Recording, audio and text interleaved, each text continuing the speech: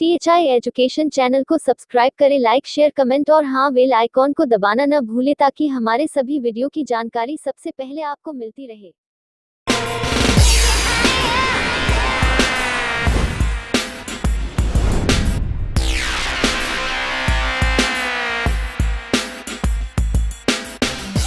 Hello student, क्या हाल चाल है? बढ़िया। Myself Naveen Verma, welcome back to your channel THI education. तो मैं आज THI एजुकेशन की तरफ से आपके लिए नया लेक्चर लेकर आया हूं, वो भी कौन सा? इलेक्ट्रोकेमिस्ट्री। तो इलेक्ट्रोकेमिस्ट्री बहुत ही मजेदार चैप्टर है, बहुत मजा आने वाला है और वो भी 12th बोर्ड की दृष्टि से देखा जाए तो बहुत इंपॉर्टेंट टॉपिक है। ठीक, यहां पे इसमें से भी इस बार सिलेबस से कुछ ना कुछ हटाया गया है और वो भी मैं आपको अभी जब पढ़ाऊंगा तो बता दूंगा कौन सा चैप्टर इस बार रिमूव किया गया है, कौन सा इसमें से कौन सा पॉइंट रिमूव किया गया है और क्या क्या अपने को पढ़ना है। ओके, तो चलिए स्टार्ट करते हैं इलेक्ट्रोकेमिस्ट्री। सबसे पहले मैं आपको यह बता देना चाहता हूं इलेक्ट्रोकेमिस्ट्री होता क्या है, इलेक्ट्रोकेमिस्ट्री के अंदर अपन लोग पढ़ते क्या हैं। तो इलेक्ट्रोकेमिस्ट्री फिजिकल केमिस्ट्री का एक पार्ट है जिसके अंदर हम लोग केमिकल एनर्जी को कन्वर्ट करते हैं इलेक्ट्रिकल एनर्जी में एंड इलेक्ट्रिकल एनर्जी को कन्वर्ट करते हैं केमिकल एनर्जी में। समझ पा रहे हो? तो the branch of physical chemistry, तो इलेक्ट्रोकेमिस्ट्री क्या है? फिजिकल केमिस्ट्री का क्या है? ब्रांच है जिसके अंदर हम लोग क्या पढ़ते हैं? इलेक्ट्रिकल एनर्जी को केमिकल एनर्जी में कन्वर्ट करते हैं और केमिकल एनर्जी को इलेक्ट्रिकल एनर्जी में कन्वर्ट करते हैं। ठीक, इसके अंदर फिर हम लोग पढ़ेंगे कुछ बेसिक टर्म जैसे रेजिस्टेंस क्या होता है, रेजिस्टिविटी क्या होती है, कंडक्टेंस क्या होता है, कंडक्टिविटी क्या होता है, मोलर कंडक्टेंस क्या होता है एंड इक्विवेलेंट कंडक्टेंस क्या होता है। फिर हम लोग दो टाइप के सेल पढ़ते हैं, दो टाइप का सेल, एक इलेक्ट्रोकेमिकल सेल एंड एक इलेक्ट्रोलाइटिक सेल। ठीक, तो इसके बाद हम लोग जो सेल का इस बार इलेक्ट्रोलाइटिक सेल है वो वाला पार्ट इस बार सिलेबस से रिमूव कर दिया गया है। अपने को पढ़ना है इलेक्ट्रोकेमिकल सेल। इलेक्ट्रोकेमिकल सेल में हम लोग देखेंगे दो कंटेनर होते हैं जिसमें दो इलेक्ट्रोड लगे होते हैं, दोनों इलेक्ट्रोड अलग अलग सेल में होते हैं, सॉल्ट ब्रिज उसमें लगाया जाता है। बहुत मजेदार टॉपिक है, बहुत मजा आने वाला है। जब आप इसको क्लियरली ढंग से पढ़ेंगे तो बहुत मजा आएगा और समझ में भी आएगा। बहुत बच्चों को क्या होता है, ये चैप्टर टफ लगता है, लेकिन नहीं, अगर आपको सीक्वेंस वाइज ढंग से धीरे धीरे करके एक एक स्टेप पढ़ाया जाए तो मुझे नहीं लगता कि किसी को टफ लगेगा ये चैप्टर। लेकिन उसके लिए आप लोग को रेगुलरिटी जरूरी है, तभी आपको कोई भी चैप्टर चाहे कितना भी कठिन क्यों ना हो वो आपको जरूर समझ में आएगा, लेकिन आपकी रेगुलरिटी आप जरूरी है। ओके, तो स्टार्ट करने जा रहे हैं क्या? इलेक्ट्रोकेमिस्ट्री। ओके, चलिए देखिएगा electrochemistry.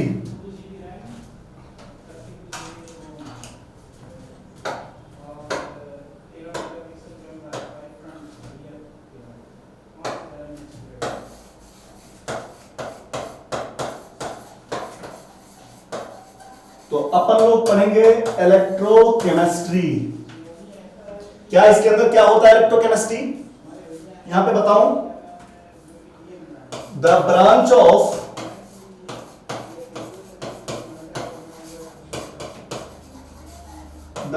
Of physical chemistry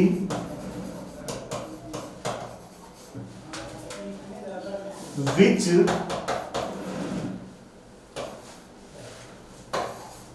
deals with the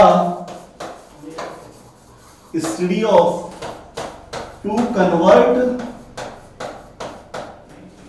convert of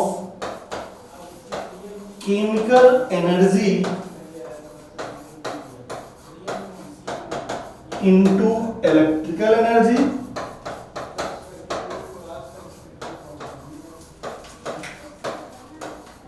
and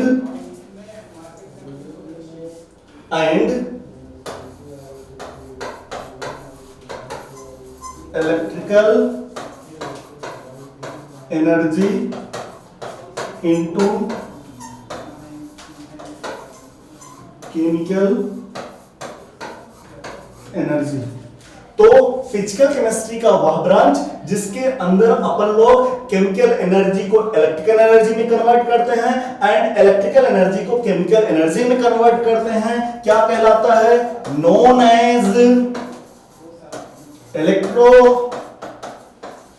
chemistry. Electrochemistry. Okay, ठीक। फिर मैं आप लोगों को एक चीज बता देना चाहता हूं, 3 टाइप के सब्सटेंस होते हैं, आपको पता भी होगा। फर्स्ट एक होता है कंडक्टर, दूसरा होता है इंसुलेटर और एक होता है सेमीकंडक्टर। तो कंडक्टर क्या होता है? वह सब्सटेंस जो अपने अंदर इलेक्ट्रिसिटी को पास होने देता है, जिसके अंदर करंट फ्लो हो सकता है, उसी को क्या बोलते हैं? कंडक्टर। इंसुलेटर क्या होता है? इंसुलेटर के अंदर करंट फ्लो बिल्कुल नहीं होगा। फॉर एग्जांपल कोई भी आप लकड़ी ले लीजिए, कोई आप प्लास्टिक ले लीजिए, उसके अंदर करंट फ्लो नहीं होगा। लेकिन अगर आप कोई भी मेटल ले लेंगे तो क्या होता है? कंडक्टर होता है। एक चीज होता है सेमीकंडक्टर। तो सेमीकंडक्टर क्या होता है? जिसकी कंडक्टिविटी इंसुलेटर से ज्यादा बट कंडक्टर से कम, उसे हम लोग बोलते हैं सेमीकंडक्टर। मतलब करंट तो सेमीकंडक्टर में भी फ्लो होगा बट कंडक्टर से कम होगा, लेकिन इंसुलेटर से ज्यादा होगा। तो कंडक्टर क्या होते हैं? दो substance which allow to passing current through them is known as क्या? कंडक्टर। तो ये सब्सटेंस आपको पता ही होगा, आप 9th 10th में आप लोग पढ़ते हैं कि कंडक्टर क्या होता है, इंसुलेटर क्या होता है एंड सेमीकंडक्टर क्या होता है। तो अब मैं आपके सामने कुछ बेसिक टर्म है जो अपने को पढ़ना पड़ता है और आपकी एनसीईआरटी में दिया भी गया है, तो उसको अपने को क्या करना है? यहां पढ़ना है। तो यहां पे मैं बता रहा हूं सम बेसिक टर्म। कौन कौन से बेसिक टर्म अपने को पढ़ने हैं? फर्स्ट है रेजिस्टेंस। क्या है? रेजिस्टेंस, जिसे डिनोट करेंगे अपन लोग कैपिटल आर से। सेकंड क्या है? Specific resistance. स्पेसिफिक रेजिस्टेंस या इसी को हम लोग बोलते हैं रेजिस्टिविटी। इसे अपन लोग डिनोट करते हैं रो से। फिर हम लोग पढ़ेंगे थर्ड कंडक्टेंस, जिसे हम लोग डिनोट करते हैं जी से। फिर हम लोग फोर्थ पढ़ेंगे स्पेसिफिक कंडक्टेंस, जिसे हम लोग कंडक्टिविटी भी बोलते हैं। इसे हम लोग डिनोट करते हैं कप्पा से। ओके, और भी है। इसके बाद आता है equivalent conductance. Equivalent conductance and 6 जो है मोलर कंडक्टेंस।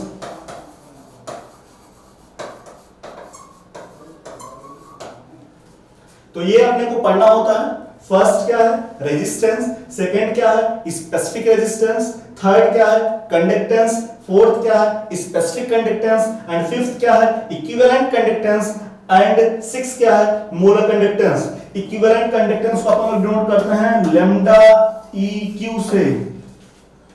मोलर कंडक्टेंस को अपन लोग डिनोट करते हैं लैम्डा M से, मोलर कंडक्टेंस। इसी तरीके से अपन लोग इसको डिनोट करते हैं। बात क्लियर हो गई? ठीक, तो मैं एक एक करके आपको समझा रहा हूं, आप समझिएगा। चलिए देखते हैं। तो सबसे फर्स्ट क्या है? सबसे फर्स्ट क्या है? रेजिस्टेंस। किससे डिनोट करते हैं? कैपिटल R से। आपको पता होगा रेजिस्टेंस क्या होता है। मान लीजिए कहीं पे करंट, किसी वायर में या कहीं भी करंट क्या हो रहा? फ्लो हो रहा है। अब बीच में कुछ रुकावट आ जा रही है तो उसी को हम लोग क्या बोलते हैं, रेजिस्टेंस।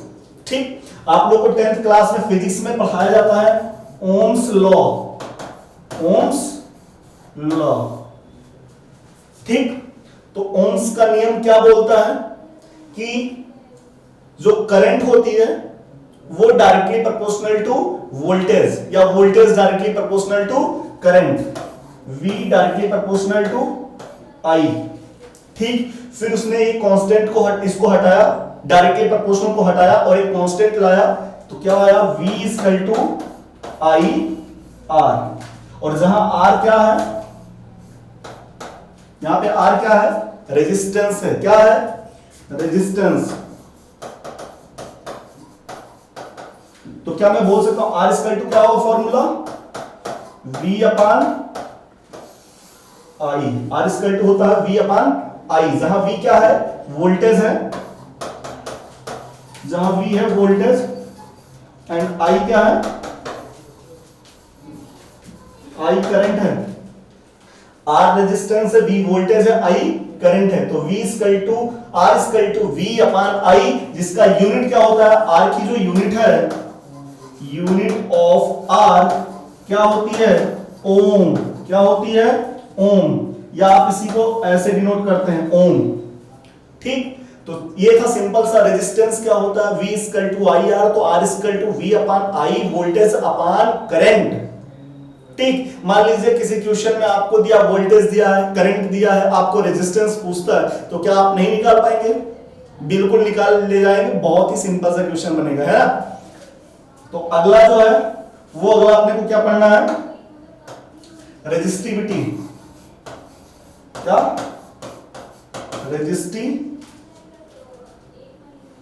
रेजिस्टिविटी।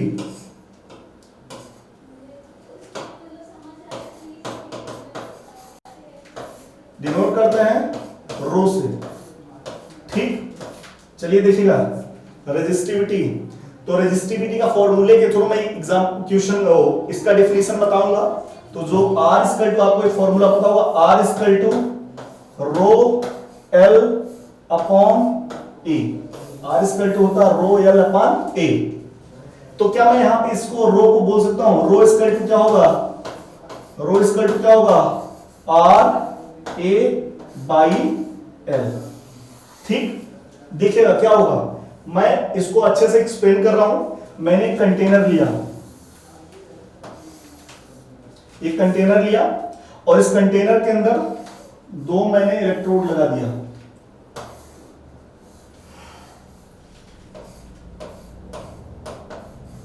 ठीक, इन दोनों की जो दोनों इलेक्ट्रोडों के बीच की डिस्टेंस है उसे मैं डिनोट किया स्मॉल l से। ठीक, और यहां पे एक इलेक्ट्रोलाइट इसमें भर दिया, कोई भी इलेक्ट्रोलाइट आप इसमें भर दीजिए, ये है इलेक्ट्रोलाइट। तो पहले मैं इसके अंदर इलेक्ट्रोलाइट भर दे रहा हूं।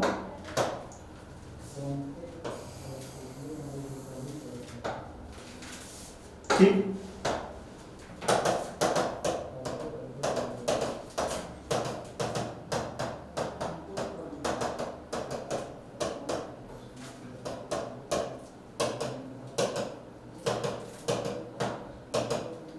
ये देखिए इसके अंदर मैंने इलेक्ट्रोलाइट भर दिया।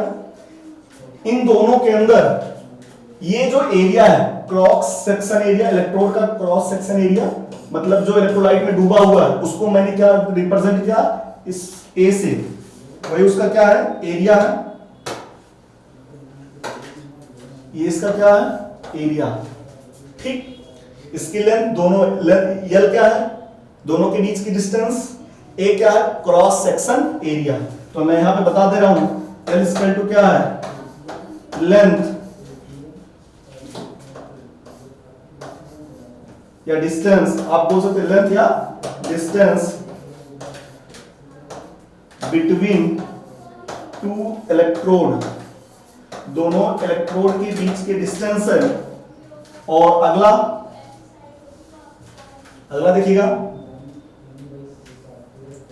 और ये क्या है, क्रॉस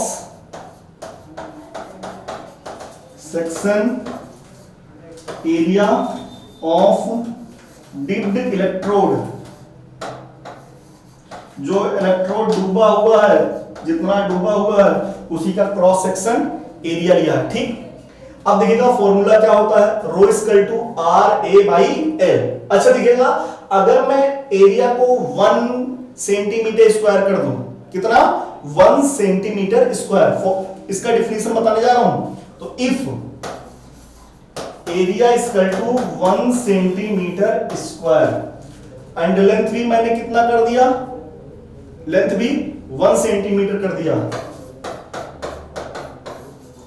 लेंथ भी क्या कर दिया 1 सेंटीमीटर। तो बताइए क्या हो जाएगा, अगर ये 1 है और ये 1 है तो रो इक्वल टू क्या हो जाएगा, तो बताइए क्या, रो इक्वल टू क्या हो जाएगा R, rho equal to R. चलिए देखिएगा अच्छे से, रो इक्वल टू क्या हो जाएगा आर हो जाएगा। अब मैं बात करूं यहां पे एक चीज और बता रहा हूं, क्या आपको पता है वॉल्यूम होता है, वॉल्यूम, वॉल्यूम क्या होता है, एरिया इंटू लेंथ। एरिया कितना है 1 सेंटीमीटर स्क्वायर, लेंथ कितना है 1 सेंटीमीटर, दोनों को मल्टीप्लाई करें कितना आएगा 1 सेंटीमीटर क्यूब। 1 सेंटीमीटर क्यूब को हम लोग 1 ml भी लिख सकते हैं, तो क्या होगा 1 ml। तो इसका मतलब है जो सॉल्यूशन का वॉल्यूम है, इलेक्ट्रोलिटिक सॉल्यूशन ये है, ये क्या है इलेक्ट्रोलिटिक सॉल्यूशन, तो ये है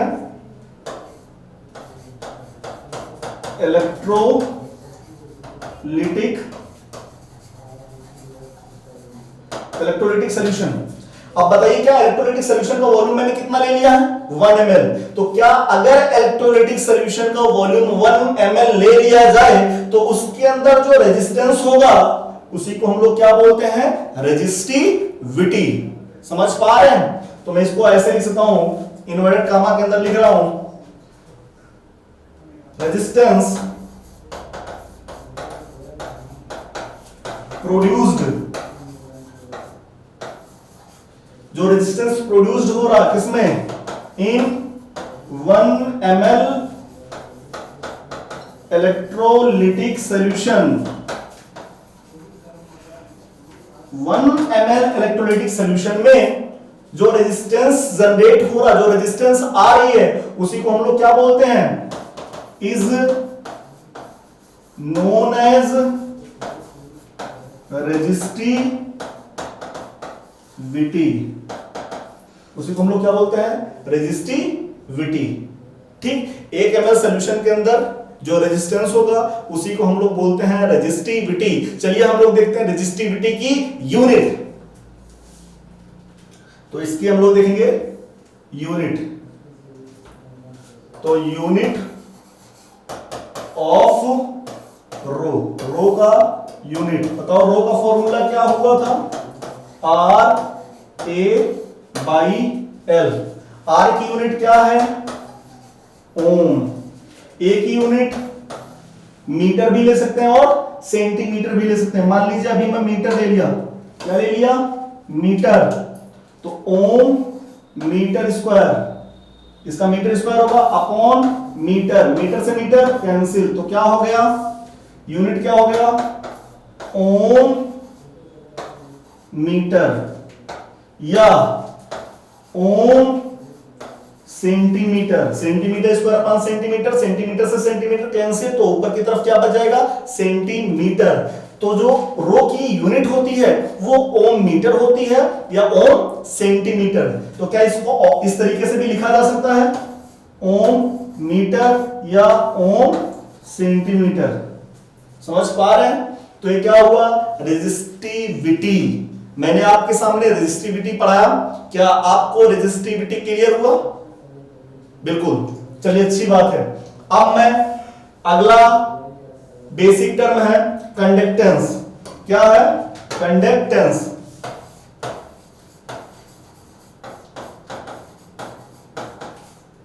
denoted by capital G.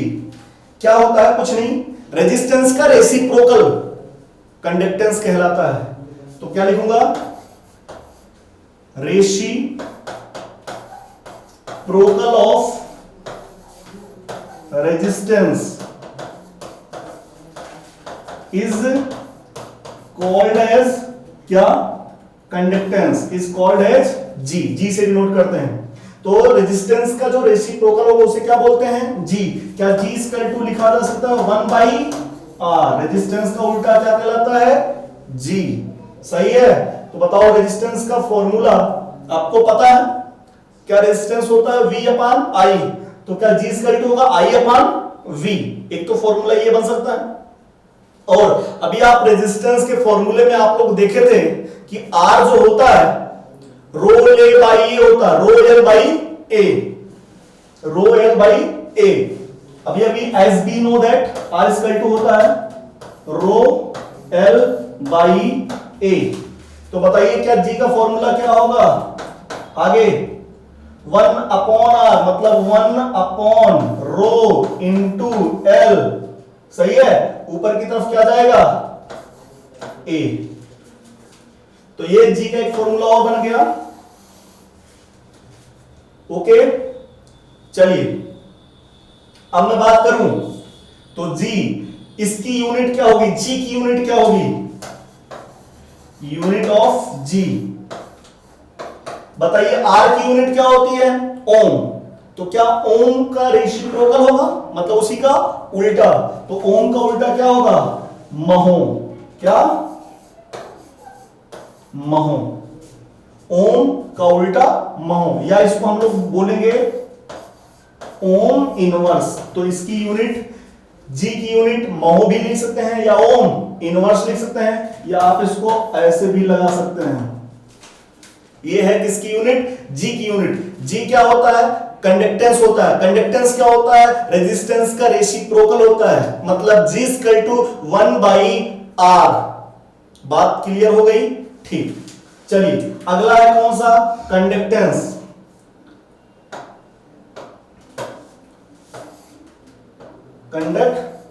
Conductivity. Conductance हो गया। अब मैं आपको पढ़ा रहा हूं कंडक्टिविटी या स्पेसिफिक कंडक्टेंस। कंडक्टिविटी या स्पेसिफिक कंडक्टेंस। ठीक। तो कंडक्टिविटी या स्पेसिफिक कंडक्टेंस, इसे हम लोग किससे डिनोट करते हैं? कप्पा से। किससे डिनोट करते हैं? कप्पा से डिनोट करते हैं कंडक्टिविटी।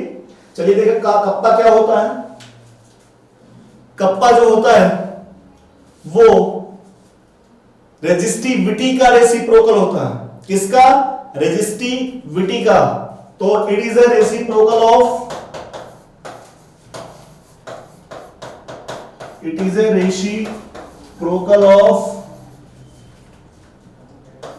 रेजिस्टिविटी। तो कंडक्टिविटी रेजिस्टिविटी का रेसिप्रोकल होता है एंड कंडक्टेंस रेजिस्टेंस का रेसिप्रोकल होता है। तो रेजिस्टिविटी का रेसिप्रोकल कौन होता है? कंडक्टिविटी। तो क्या मैं बोल सकता हूं कप्पा इक्वल टू 1/रो। क्या बात क्लियर हुई? ठीक। चलिए आगे लिख सकता हूं कप्पा इक्वल टू 1/रो। तो क्या रो का फॉर्मूला भी अभी आप लोग जाने थे? R A by L। क्या ये फॉर्मूला आया था? तो मैं इसके प्लेस पे फॉर्मूला रखूंगा तो क्या बनेगा? Kappa equal to 1/r into A भी क्या रहेगा? नीचे, और यल कहां चला जाएगा? ऊपर, L बाई ए। क्या ये फॉर्मूला आएगा? 1/r इंटू L बाई ए। ठीक। चलिए देखिएगा अच्छे से। क्या 1/r को हम लोग क्या बोलते हैं? G, conductance. तो बताइए क्या कप्पा इक्वल टू एक फॉर्मूला और हो सकता है? Kappa equal to G into L by A. एक फॉर्मूला और भी हो सकता है। अब मैं बात करूं यहां पे इफ, जैसे वहां पे आया था लेंथ कितना कर दिया जाए? 1 सेंटीमीटर। एरिया कितना कर दिया जाए? 1 सेंटीमीटर स्क्वायर। तो वॉल्यूम कितना होगा? 1 सेंटीमीटर क्यूब या 1 ml। सही है। तो अगर लेंथ 1 सेंटीमीटर कर दिया जाए, एरिया 1 सेंटीमीटर स्क्वायर कर दिया जाए, तो बताइए कप्पा इक्वल टू क्या आएगा? कप्पा बराबर आएगा जी। तो क्या मैं डिफिनीशन बोल सकता हूं? क्या बोलूंगा definition? Conductance produced in 1 ml electrolytic 1 ml electrolytic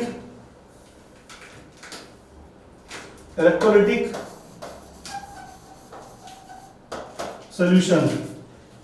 तो क्या है कंडक्टेंस? 1 ml इलेक्ट्रोलिटिक सॉल्यूशन के अंदर जो कंडक्टेंस होगा वही क्या कहलाएगा? कप्पा। समझ पा रहे हैं?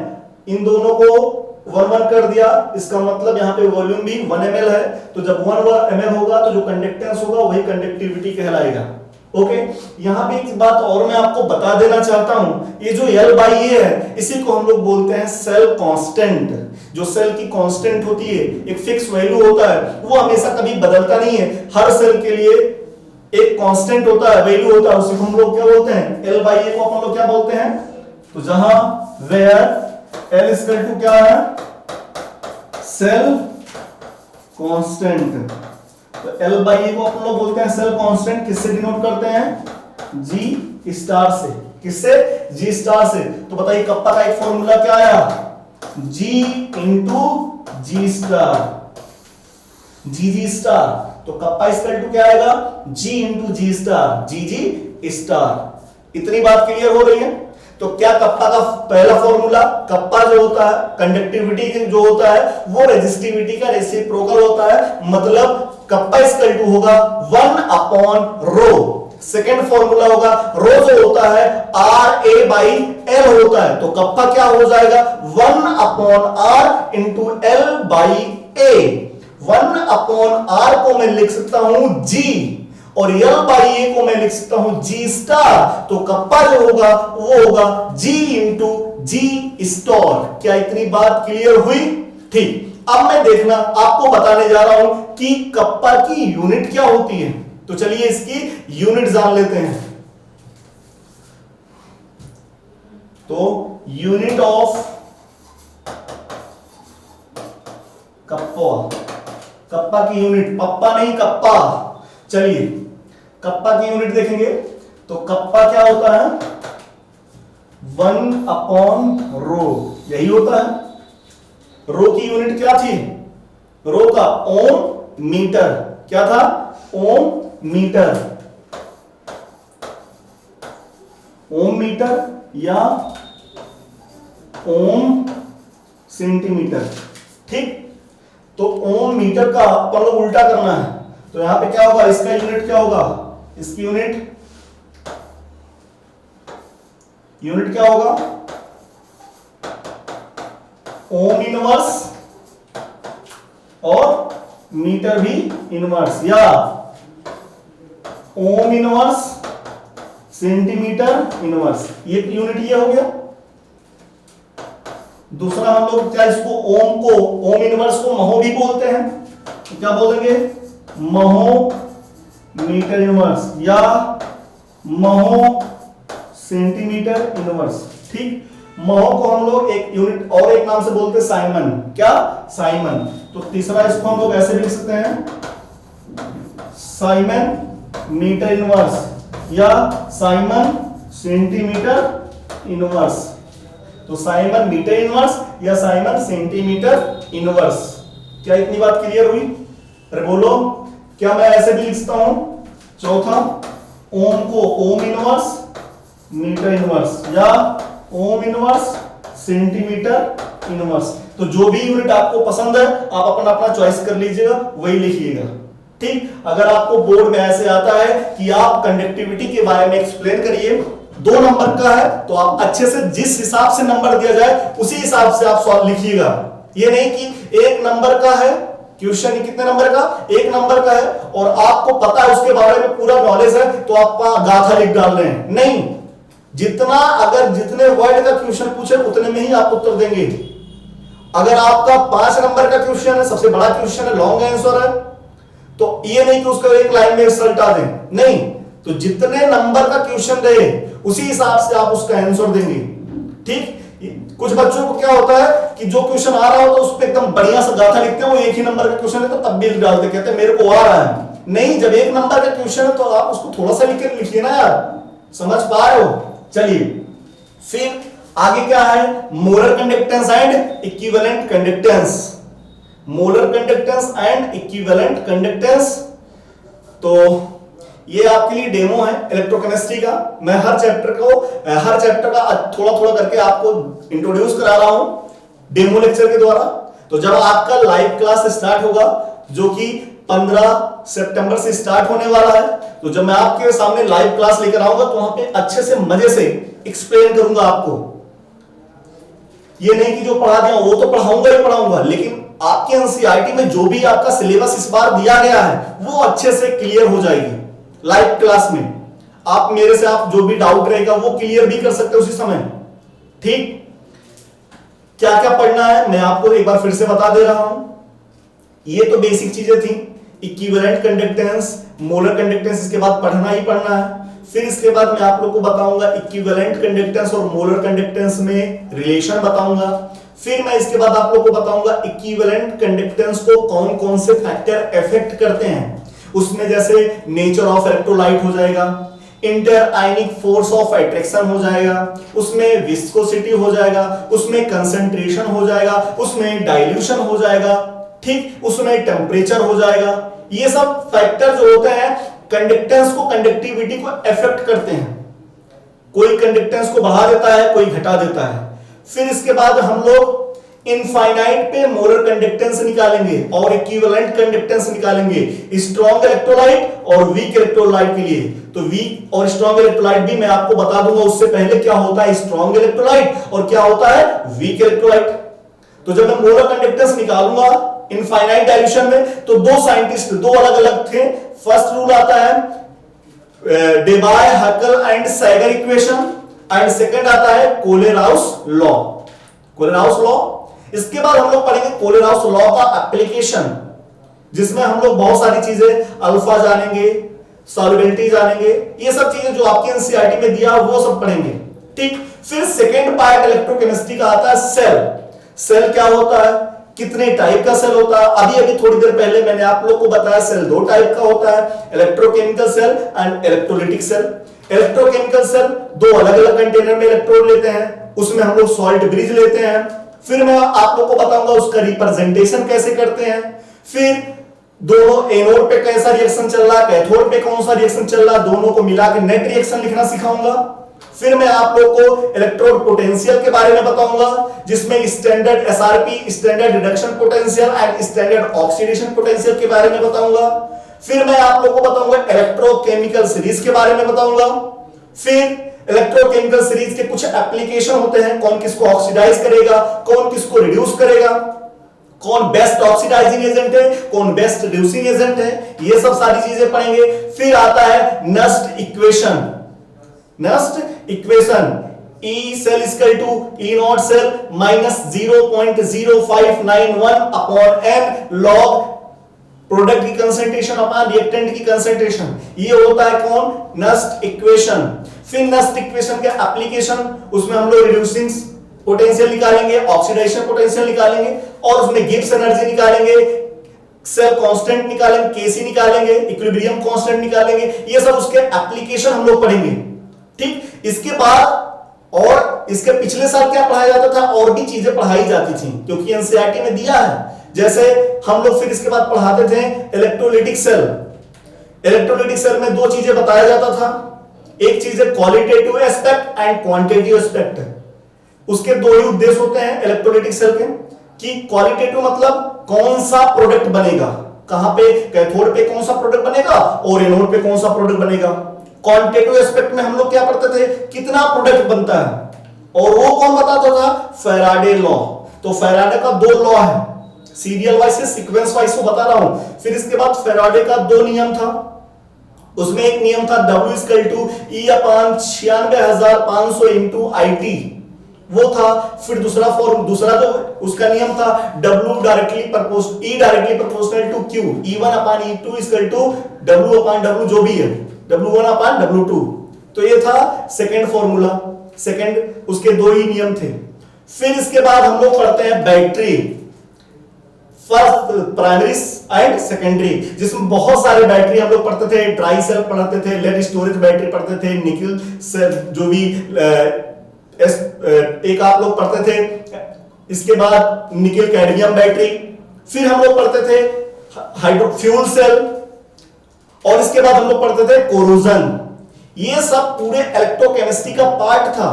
तो अपने को इलेक्ट्रोलिटिक सेल नहीं पढ़ना है, इलेक्ट्रोलिटिक सेल का एस्पेक्ट नहीं पढ़ना है, फैराडे लॉ नहीं पढ़ना है, primary cell, primary battery, secondary cell, जो भी ये सब सेल नहीं पढ़ना है। मतलब क्या क्या पढ़ना है? इलेक्ट्रोकेमिकल सेल पढ़ना है, इलेक्ट्रोकेमिकल सीरीज पढ़ना है, नस्ट इक्वेशन पढ़ना है। तो जब मैं आपको 15 सितंबर से लाइव क्लास आऊंगा पढ़ाने के लिए, तो वहां पे एकदम हर चैप्टर को बेसिक से स्टार्ट करूंगा, और जितना सिलेबस में होगा उतना एकदम क्लियरली आपकी एनसीईआरटी को अच्छे से एक्सप्लेन करूंगा। इतनी बात क्लियर हुई? तो ये आपका था इलेक्ट्रोकेमिस्ट्री का, इंट्रोड्यूस करा रहा हूं मैं आपको इलेक्ट्रोकेमिस्ट्री में क्या क्या पढ़ना होता है। तो थोड़ा सा मैं सब बेसिक टर्म भी कुछ बता दिया हूं यहां पे। बात क्लियर हो गई है? ठीक, अच्छी बात। और मिलेंगे अगले लेक्चर में नए चैप्टर के साथ। नए चैप्टर को वहां पे इंट्रोड्यूस कराऊंगा, तो आप लोग इसको याद रखे रहिएगा। लाइव क्लास हम लोग पढ़ेंगे 15 सितंबर से। ठीक।